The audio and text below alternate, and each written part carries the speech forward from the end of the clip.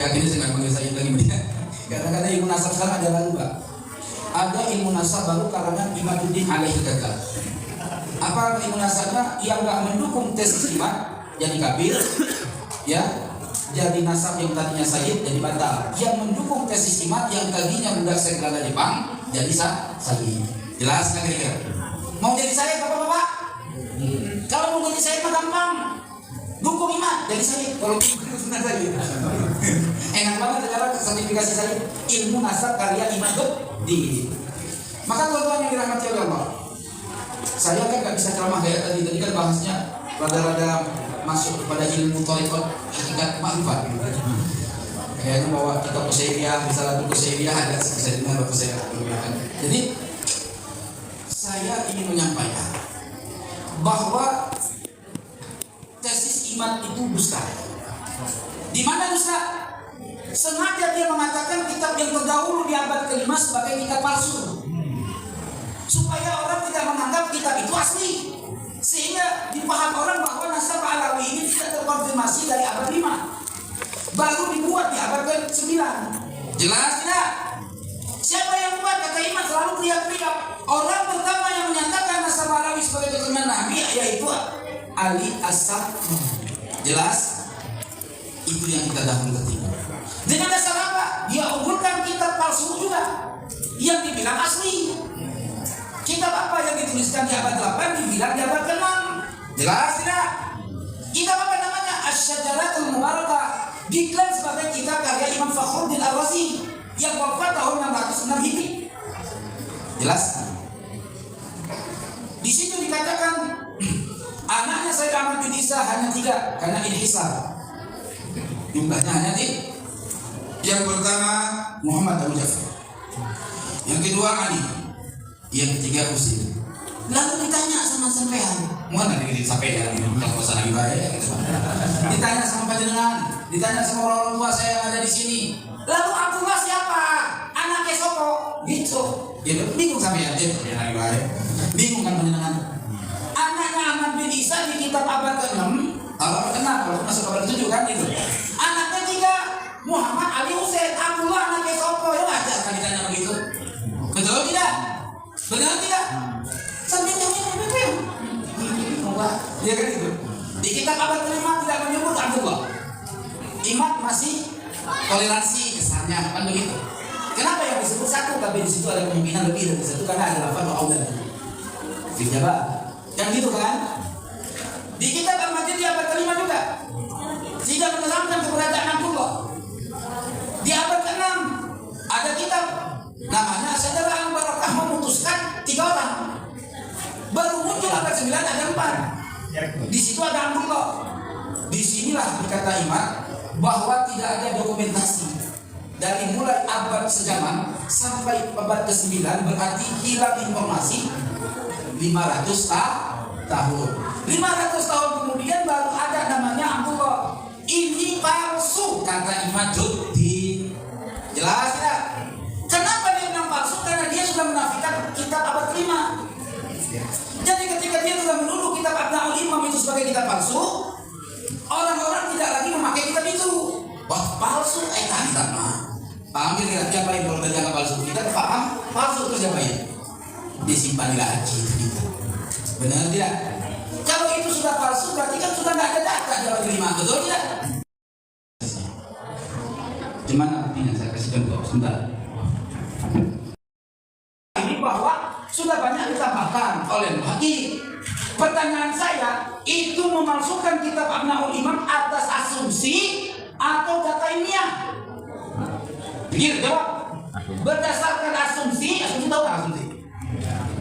Buah pikiran sendiri, apa berdasarkan data ilmiah, bukti? Coba kamu jawab dulu. Berdasarkan asumsi. Lalu saya sebagai orang yang meneliti kan nanya, Bang Iman, oke ini palsu. Sebagai bukti ilmiah, benar asumsi kamu supaya nggak jadi asumsi dari memahami naskah ini yang ada di sini, yang kamu bilang palsu. Tunjukkan kitab aslinya supaya kita tahu mana yang palsu. Betul tidak? Gampangannya jelas orang. Jadi kasih tahu. Begitu datang Iman kasih tahu di kitab kitab aslinya tentu. Yuk kita lihat, oh ada Abdullah. Ini yang dia palsu ada Abdullah. Berarti terjadi tahrif, betul? Berarti yang asli mah benar, yang ini baru sah dikata palsu. Tapi tidak pernah bisa menunjukkan yang asli. Bagaimana bisa dikata ini palsu? Stres kan orang? Jelas nggak? Subhanallah. Lalu kita bilang, ya sudah, itu asli. Kata Iman. Tapi di situ Abdullah, bukan Ubaidillah, kata Iman. Betul tidak? Dan juga bukan Ubay, kata Iman. Saking dia bercita-cita untuk membatalkan nasab Alawi. Bang, di sini ada nggak nama orang Abdurrahman dipanggilnya Ujang? Ada nggak? Berarti orangnya dua ke satu? Satu kan ya? Soal yang tertulis di kakak Abdurrahman, betul? Kalau panggilan Nabi umum Ujang, tertulis nggak di kakak? Wajar dong. Kita bukti. Kalau menurut teori iman, Nabi kita Muhammad batal sebagai Sayyidul Mursalin.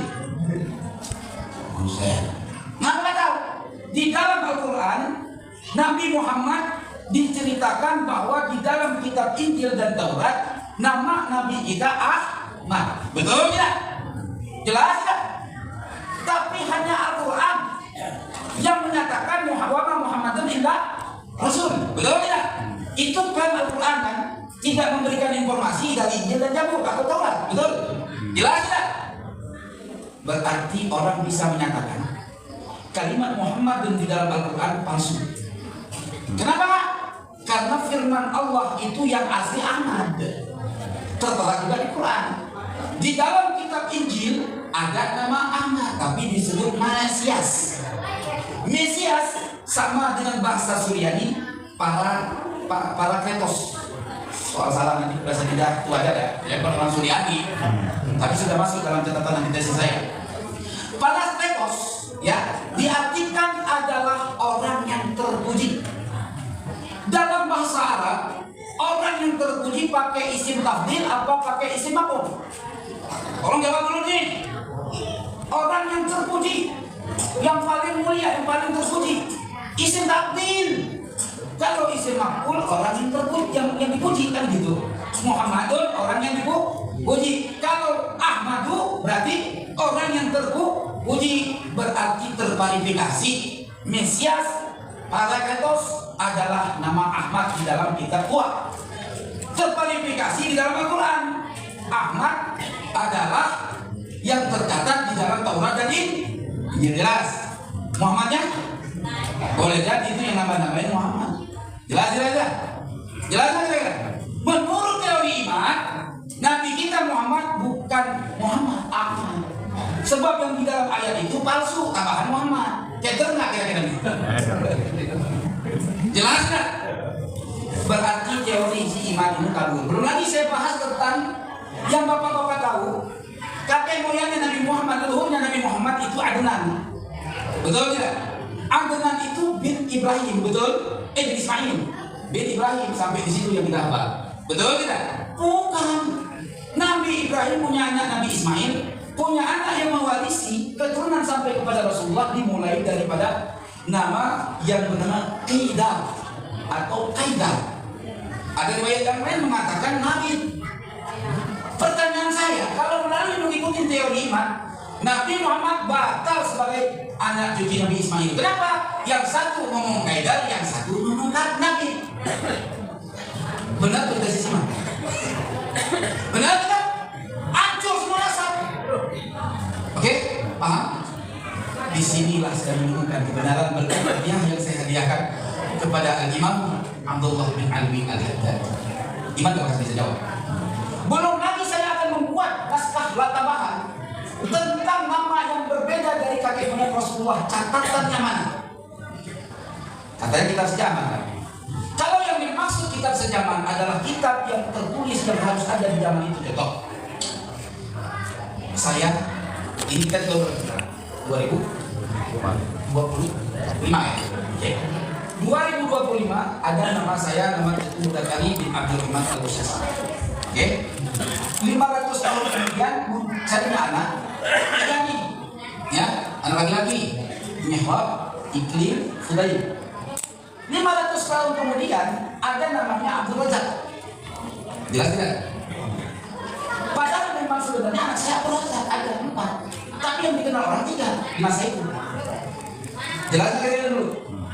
Tidak ada riwayat 2060, tidak ada riwayat tahun 2100, 2200, 2300, tidak ada riwayat yang menyatakan Abdul Razak anak bin Tukum Dagani. Baru ada abad kelima, tahun 2300 baru muncul Abdul Razak. Itu dianggap imam, tidak terkonfirmasi dalam kitab sejaman. Kan begitu Pak? Bodoh betul. Ternyata saya teliti bahwa dalam ilmu tarikh, ya, apabila tidak ada konfirmasi dari kitab tertua, maka kitab kemudian yang ada di abad adanya informasi tersebut dan di ACC informasi tersebut oleh ahlinya, maka data terakhir itulah menjadi data sesama. Paham? Jadi tahun 2300 ada namanya informasi Abdul Razak. Ahli sejarah di masa itu, ahli nasab di masa itu mengakui bahwa Abdul Razak itu anaknya daripada Teguh Dagani.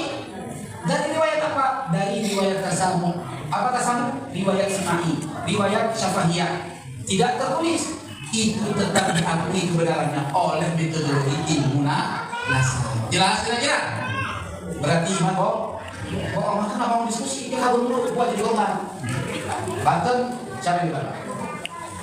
Yang coba di Kesultanan Banten melawan banyak orang sendiri, lawan yang satu pada kumbang semua siapa Pak? Oh, Istiqoroh. Alasan istiqoroh, Bang, mohon maaf ya, yang namanya tesis harus siap diuji melalui diskusi Basul Masail oleh siapapun yang menantangnya, betul tidak? Tapi lihat saya, siapapun yang menantang saya siap 2 kali 24 keras, kita berantem diskusi Bang. Kalau supaya apa? Supaya kayak kalah. Begitu, ternyata saya sendiri yang berhasil ingin mengalahkan iman alaihi kekal. Maka ada istilah nyanyi sebetulnya Pak. Kau yang mengawali, kau yang mengakhiri. Ini ceritanya kan saya mengawali untuk membuat tesis iman, saya ciptakan manajemen konflik dan sebagainya untuk supaya unggul, supaya masyhur, itu riwayat.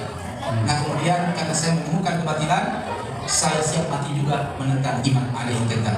Jelas? Jelas tidak?